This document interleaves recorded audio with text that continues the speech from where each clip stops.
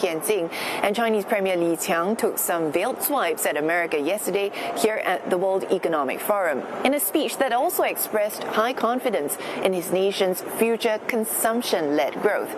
I spoke to Columbia University Professor Adam Tooze about the evolution of this superpower rivalry. Well, my sense compared to last year, Dalian, is that the Chinese government feels they've won the Trump transition. Last year there was a lot of anxiety, understandably, about what a Trump administration might mean. Last year there was a lot of interesting conversation about the kind of policy reactions we'd get, sorts of stimulus we'd get. And I think this year the general sense one gets from the Chinese economists and experts and from the Prime Minister is we saw it coming, we put the stimulus in place that was necessary, we've come through this okay, so now we can talk about the long run. We are not in crisis management mode. So where does this leave the global power dynamics? The global economy is moving forward with or without the United States at the pace largely set by the developmental dynamics of Asia. It's ASEAN and it's China and the demand they generate and the outputs that they generate that are setting the pace at this point. America is very powerful in certain key domains. It has significant positions in tech. It has huge position, obviously, in global finance. But when we talk about trade, when we talk about the materiality of production and how those flows are reshaping the world, the ship sailed, the train is out of the station. This is no longer a world that is dominated by the US, and that's part of the difficulty of adjusting and why so many things now get coded as national security relevant.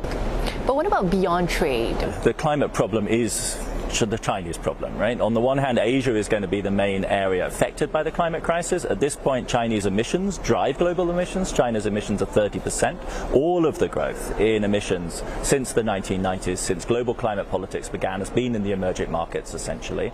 And China is the revolutionary manufacturing power that is producing the solutions. So everyone else has to align with China. And the people that are relevant here are the Europeans, the Latin Americans, Africa, and the rest of Asia. On security, I think it's a much more mixed bag, and the real question is, does China really want to play a major role in the dirty business of hard power security? I mean, if you look at the major conflicts around the world right now, China's interest is surely best served by staying reservedly neutral, refusing to allow itself to be sucked in, offering itself when it's suitable as a source of leverage, as a source of calming power, whilst preserving a sense of balance which is so sorely missing in the West.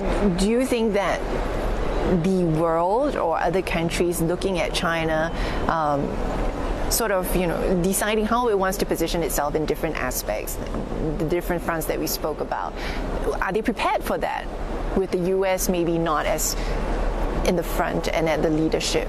I honestly think this is the central question, because it really doesn't matter how China positions itself. Its sheer bulk, its sheer size, its sheer sophistication at this point, its competitive advantage in so many areas is overwhelming to the rest of the world. And this is a fact that both China and the rest of the world are going to have to come to terms with. And certainly for a country obsessed with primacy, their own claim to primacy, their own exceptionalism, the United States, this is almost impossible to deal with. But even the Europeans, if you think about the auto sector, the motor vehicle sector, which is core for the identity of Europe. So I would again urge caution, slowness. There is no need to rush this. The future is kind of working itself out before our eyes. And so the more time the whole world has to adjust to these new realities, the better. And it won't be China alone after all. The rest of Asia is growing very rapidly as well. We're seeing what has long been predicted, namely a readjustment of the global economic system to population. And the centers of great centers of population so far and in Asia, and the deeper future is in Africa. And if you ask whether we're ready for China, that's one thing. If you ask whether we're ready for a 2 billion African continent, the answer is even more obviously no. Another recurring focus here at the World Economic Forum gathering is China's approach to artificial intelligence, with leaders from prominent homegrown companies, including new unicorn Unitree Robotics, discussing the potential of humanoids, how to deal with challenges like technology application and safety, as well as the skills people need to successfully navigate a new AI-driven world. Olivia Siong, CNA, Tianjin, China.